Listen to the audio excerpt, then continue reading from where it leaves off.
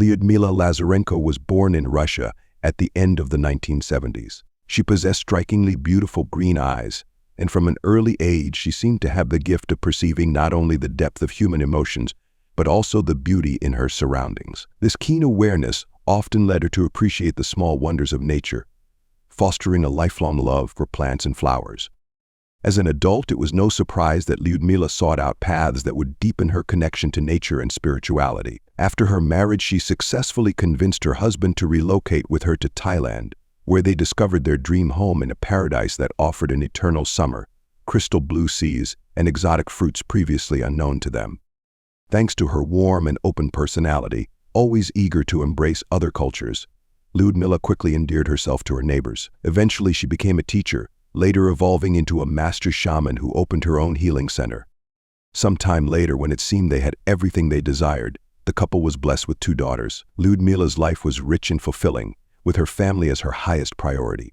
Each morning, she awoke feeling profoundly grateful for the stunning scenery around her, which enabled her to easily connect with both the beauty of the world and her own spirit. Then, one day in 2020, she crossed paths with a man from Peru named Jose Ordonez, affectionately known as Pape. He had founded a well-known integral development center in his native country called Dos Mundos. Their initial meeting was marked by a strong connection, especially sparked by Pape's captivating stories about his center and its environment. Liudmila's adventurous spirit was ignited, leading her to desire a journey to Peru to explore new healing techniques and Amazonian rituals. The woman bid farewell to her family and embarked on her long journey. Upon landing in Lima, she chose to follow the path to a spiritual healing center located in the lush green district of the Upper Amazon, specifically nestled along the road between the communities of Yurmaguas and Tarapoto. Throughout her journey and upon arrival, she was captivated by the vivid and shimmering colors that characterized the local flora and fauna, immediately falling in love with the scenery. After setting down her belongings, she was eager to explore the center, which, as Josie had explained, welcomed visitors from all over the world, drawn by the promise of various healing methods for inner transformation and spiritual development. These methods included laying on of hands, reflexology, leech therapy, and last but not least, the consumption of ayahuasca. This latter practice, as noted on their official website, formed the foundation of the center's healing methods. Given its significance in the subsequent development of her experience, it seemed prudent to explain what ayahuasca is. Ayahuasca is a well-known hallucinogenic plant found in the tropical jungles of the Amazon, revered by indigenous peoples for its medicinal properties. Its consumption, prepared in conjunction with other plants, is an ancient tradition integral to ceremonies led by experienced shamans. The potent beverage produced is believed to offer numerous benefits, including aiding in the treatment of addictions, depression, and trauma. According to the Dos Mundos Center, ayahuasca also purifies individuals, eliminates negative energies, purportedly removes diseases at their root, and promotes spiritual enlightenment.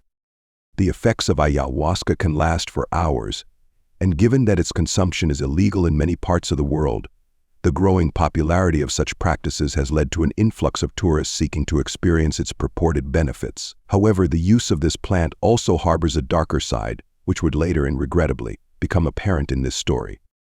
In general terms, experts caution that the consumption of this particular drink is contraindicated for pregnant and lactating women, as well as for individuals with specific psychological conditions such as borderline personality disorder, dissociative disorders, and other illnesses where psychosis may manifest. Liudmila's first experience proved to be far better than she had anticipated. Thanks to the insights gained during the ritual, the compassionate nature of the staff, and the idyllic environment, she felt completely rejuvenated. Everyone at the center chose to call her Lucia, a simpler adaptation of her original name, and she loved it so much that after reuniting with her cherished family, she traveled back 3 more times. On each of these occasions, she participated in ayahuasca ceremonies as part of her treatment, even purchasing supplies for rituals to use in her own healing center in Thailand. During her stay, she connected with individuals from all over the world, who, like her, were tirelessly seeking to transcend the superficialities of a material and hectic existence that often obscured their ability to see beyond their worries. In May 2024, Liudmila returned to the healing center and spent approximately 2 months undergoing a specific treatment for her nervous system, which included cold therapies. By the end of July 2024, she said her goodbyes and set out on the journey back home. However, upon arriving at the airport in Lima, she was informed that she had missed her flight. With no contacts in Peru other than those at the healing center, Liudmila recognized that this inconvenience presented a golden opportunity to further her spiritual quest. She promptly contacted Jose, requesting permission to return as soon as possible. Jose gladly accepted her request to return, but soon the desire to explore the world of Amazonian cosmovision would lead Liudmila to an unexpected and tragic fate. At that time, Ivan Kuzmin, a 36-year-old Ukrainian man, was also staying at the center.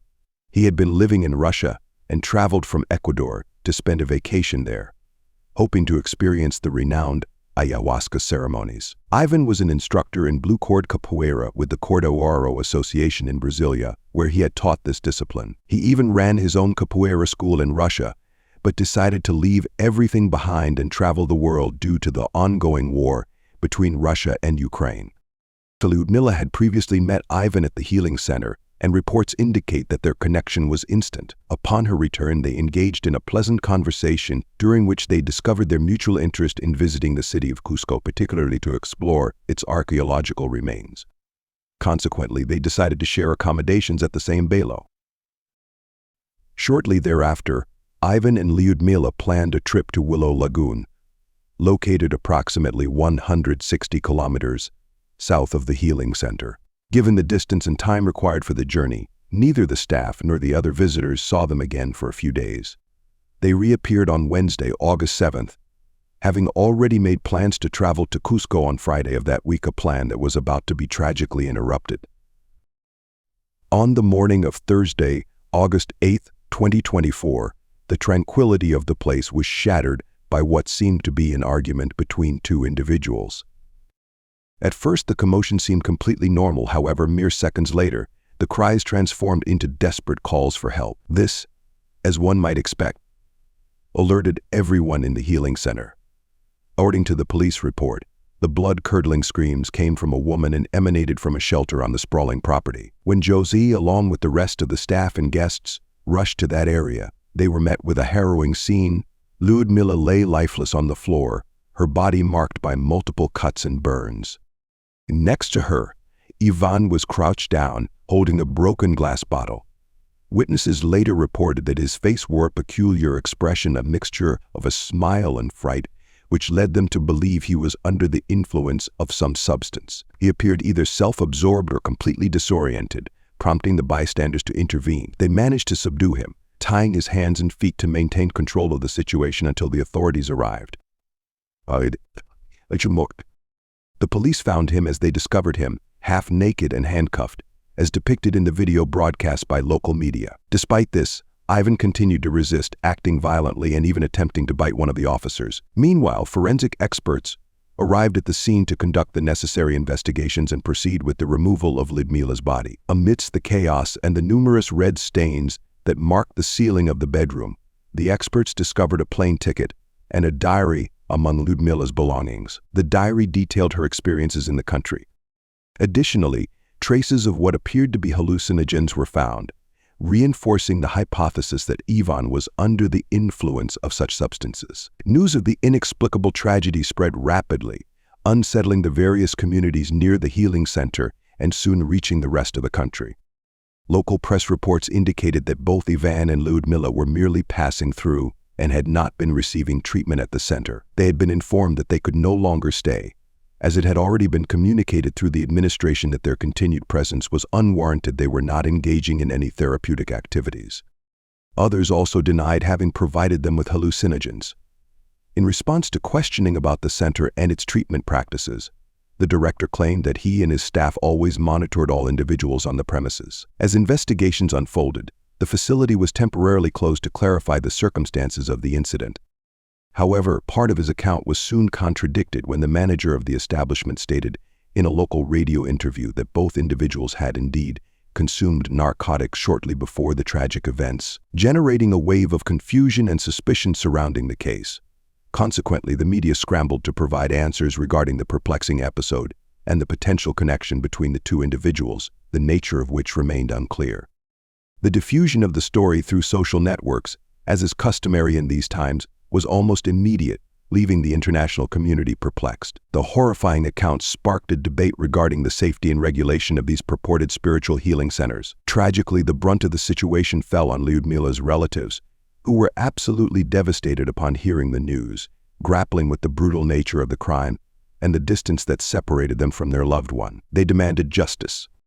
As for Ivan, it was expected that he would be detained and subsequently subjected to various toxicological and psychiatric evaluations. In his initial statements to the media, the prosecutor in charge of the case indicated that Liudmila and Ivan had engaged in an argument, which led to the assault. This revelation offered some relief to Liudmila's family and friends. The case progressed swiftly through the Peruvian judicial system, especially after Ivan confessed to the crime, admitting what had long been suspected, that after consuming ayahuasca and hallucinogenic mushrooms, he began to experience strange effects that prompted him to attack his friend with a bottle, ultimately taking her life. He claimed that he acted to save her soul, asserting that she was possessed by evil forces. As a result, the judiciary, through an investigative court, scheduled a hearing to request 9 months of preventive detention. However, that initial hearing had to be rescheduled due to a medical emergency involving Ivan, who required hospitalization shortly thereafter. A judge subsequently ordered his remand, and he was incarcerated in the Urimaguas prison. Lacking the financial means to hire a lawyer, Ivan was assigned a public defender. The public defender pointed out that Ivan was aware of the seriousness of his actions, something that was later demonstrated when he was allowed to give an interview for a local media outlet. On that occasion, he appeared serene, as if he were a completely different man from the one seen in the images broadcast shortly after the crime. In a calm manner, he answered the journalist's questions, even though they were quite direct. When asked if he remembered Liudmila, he reiterated what he had already told the authorities, that she had also consumed ayahuasca. Meanwhile, a week after the events, Liudmila's remains were transferred by representatives of the public prosecutor's office to the city of Tarapoto in the San Martin region. She was accompanied by a friend of the woman, who was of Spanish nationality. This friend stated that they had known each other for a long time and that there was no close relationship between Liudmila and Ivan, let alone a romantic one, as had initially been rumored. According to her, Liudmila only had eyes for her beloved husband. Aware of the tense relationship stemming from the war dispute between their two countries, the friend suggested that the crime was the result of political tension between Russia and Ukraine. She believed it was very likely that Ivan would have attacked anyone accompanying him, regardless of nationality or gender, and unfortunately, it was Liudmila who was by his side when he entered this altered state after consuming hallucinogens. Meanwhile, the woman's remains were cremated while awaiting the completion of the formalities to return them to her native country. It was reported that they would remain in an urn until they were repatriated, most likely to Russia rather than Thailand, where her family lived. So far, it is known that Liudmila's husband is handling the formalities for her transfer, given the controversy surrounding the case related to ayahuasca consumption. A well-known Peruvian newspaper interviewed a psychiatrist who clarified that since 2018, the use of this plant by native Amazonian communities has been considered a national cultural heritage by government decree. However, according to the specialist, this declaration is far from supported by research that has been conducted or is still ongoing regarding its beneficial effects. It is necessary to carry out studies using the scientific method to determine its actual therapeutic efficacy, primarily to avoid the risks associated with its irresponsible use. Only in this way can ayahuasca consumption centers be regarded as part of formal medical practice. Without such support, these centers are considered clandestine. While the courts deliberate on the case, Liudmila's story serves as a grim reminder of the horrors that can arise in the most unexpected places. Ivan remains in jail, awaiting sentencing. Liudmila's friends and family hope for the strongest possible sentence under Peru's penal code. Well, boys and girls, this concludes today's case, a deeply shocking story that has generated significant discussion on social media. Although it has yet to reach a conclusion, it touches on a highly controversial topic. Please share your thoughts in the comments. So, I have nothing more to add, except to say we will see you next time for another case. Goodbye.